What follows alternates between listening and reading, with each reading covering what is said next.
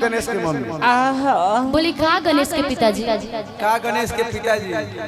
इतना घूंघट मत उठाइए, अभी नीचे रखिए।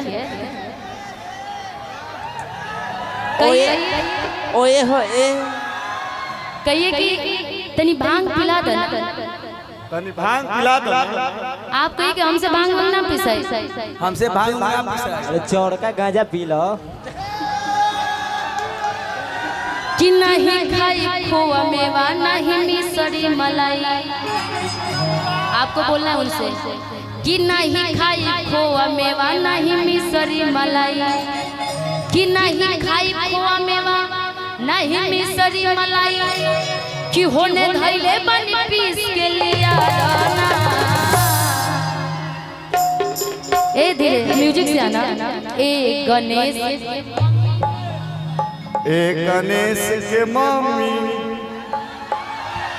ए भाई हम तो थोड़ा सा सुर छोड़ भी दिए तो पूरा सुर में है भाई। मम्मी इतना प्यार से बोल रहे हैं। शादी हो गई आपकी? अच्छा, पहले से एक्सपीरियंस ले रहे हैं क्या पति को इतना प्यार से बुलाने के लिए? तो बुझाता कि उनका मौसा बोला था। इनको ये कैसे पता है कि भोलेनाथ जी ऐसे बुलाते थे? अच्छा, गाना सुने इसलिए ना, झूठ मत बोले। कि ए गणेश के मम्मी। इतना प्यार से तब हरारियों के ना बोला होता भाई नेताजी। बताइए, मेरे मम्मी बोलने के टोन में और इनके मम्मी बोलने के टोन में कितना अंतर है ना? ए पार्वती जी ऐसे रखिए। हाँ, काहे आप इतना जल्दी में है जी? अब पक्का बुझाता ना कि पार्वती जी हम। हाँ, इहो खोखनाइले बारे। इधर आपको जनता पे ध्यान देना। देखिए इतना कंवरिया लोग, इतने भक्त लोग आए हैं, ठीक? ए गणेश के मम्मी कितनी पाओ भर भांग पिया दोना। आइए म्यूजिक के साथ में। हाँ, इस संतोष पागल के कंवरिया भक्तगण थोड़े हैं सर। ये भक्तगण मोतिहारी वाले हैं सर। संतोष पागल के थोड़े हैं सब भक्तगण, ये सब मोतिहारी वाले हैं सर। भैया म्यूजिक के साथ में आ जाइए। 1 2 3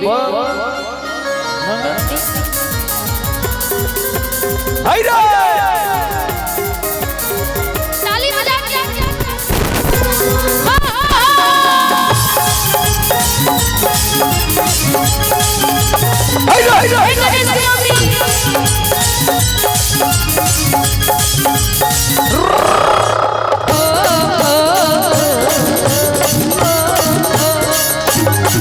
नहीं खाई खोआ मेवा नहीं मिसरी मलाई, नहीं खाई खोआ मेवा नहीं मिसरी मलाई, नहीं खाई खोआ मेवा नहीं मिसरी मलाई, उन्हें धैले पानी पीस के लिया दाना। ए गणेश के मम्मी बोला ना। ए गणेश के मम्मी तनी पाओ भर भांग पिया दाना।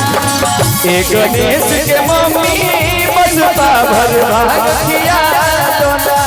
ए गणेश राउर भंगिया बढ़ेर पीसत पीसत होला दे। राउर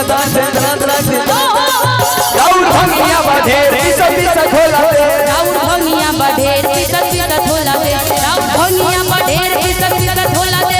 दुख होला बड़ी दुख सहाई ना। ए गणेश के पापा का कहत बोला ए गणेश के पापा हमसे भांग पिसाई ना। ए गणेश के मम्मी बसपा भर भाग पिया दोना। ए गणेश के मम्मी बसपा भर भाग पिया दोना। पागल कहेला रे लगवा, पागल कहेला।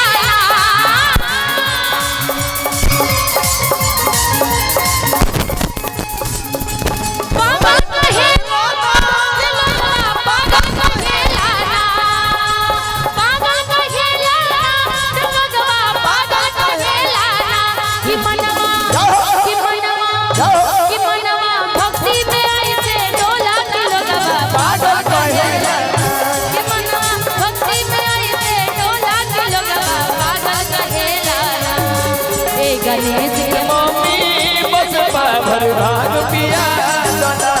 ए गणेश के मम्मी बसपा भर भाग पिया दोना। छोड़ा भंगिया न बिस्कुट गाजा मला। छोड़ा भंगिया न बिस्कुट गाजा वाला भोलेनाथ जी कहते कि सुनी थोड़ा भंगिया ना पीसू तक आ भाई गांजा ही दे दे हमरा के मुंहे खा ले ना जी छोड़ा भंगिया ना पीसू तक गाजा भंगिया ना पीसू तक गाजा वाला। यहाँ के लोग गाजा भी बन के हमको दिखा रहे कैसे गाजा मला जाता है खैनी वाले स्टाइल में। छोड़ा भंगिया ना पीसू तक गाजा मला भंगिया ना पीसू तक गाजा वाला। मेहनत के काम बाटे जल्दी कला मेहनत के काम भाई जल्दी कला मेहनत के काम बाटे जल्दी कला हो जके ने बाची लोन लेके आवा मारी दो हो जके ने बाची लोन लेके आवा मारी दो हमरा सामने से जल्दी हटा ए गणेश के मम्मी आए है बोला ना ए गणेश के मम्मी। अच्छा धीरे करेंगे धीरे धीरे। अच्छा ये गाना याद है आप लोगों को? बोलिए तो मेरे साथ ए गणेश तनी पाओ भग। सबको भांग पीना है बाप रे बाप। तो जिनकी शादी होगी उनकी तो पत्नी पिला देगी और जिनकी नहीं हुई है गर्लफ्रेंड सब के लबेरिया के बीमारी बा। हिंदुस्तान तरक्की पर है भाई मानना पड़ेगा कि ए गणेश के मम्मी कितनी पाओ भर भांग किया दना ए गणेश के मम्मी तनी पाओ भर भांग किया ए गणेश के पापा हमसे भाग पिसाइना ए गणेश के पापा हमसे भाग पिसाइना।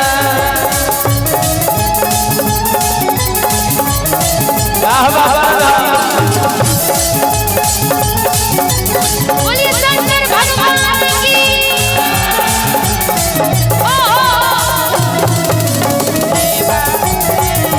भंगिया के दुनिया में जोड़ा नहीं के भंगिया के दुनिया में जोड़ा नहीं के मम्मी हमसे भाग पिसाइना ए गणेश के मम्मी बचपा भर भाग पिया दना। जब इतना बात होता है तो माँ पार्वती कहती है कि अच्छा पीना है तो पीजिए नहीं तो मत पीजिए। हम भी आपसे नाराज हैं देख लीजिए कैसे चाहे राजी होई चाहे होई नाराज राजी होई चाहे राजी बोलो चाहे राजी होई चाहे होई नाराज राजी होई चाहे राजी बोलो भंगिया पी सब न सुन ले रउआ चाहे राजी होई चाहे होई नाराज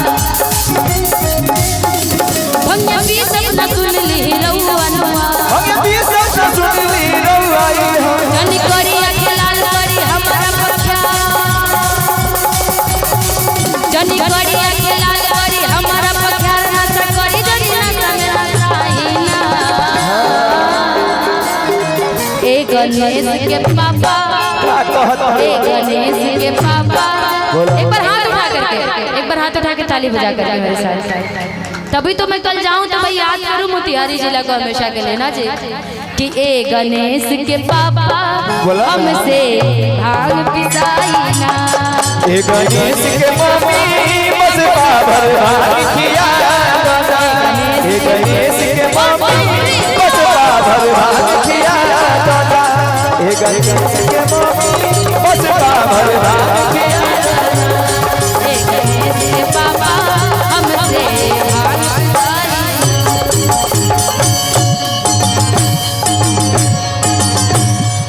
कि ये गणेश के मम्मी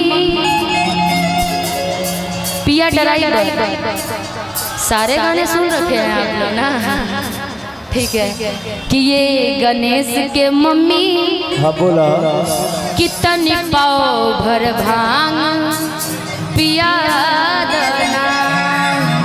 बहुत बहुत धन्यवाद। और जनता की एक और फरमाइश आ रही है पिया ड्राइवर हो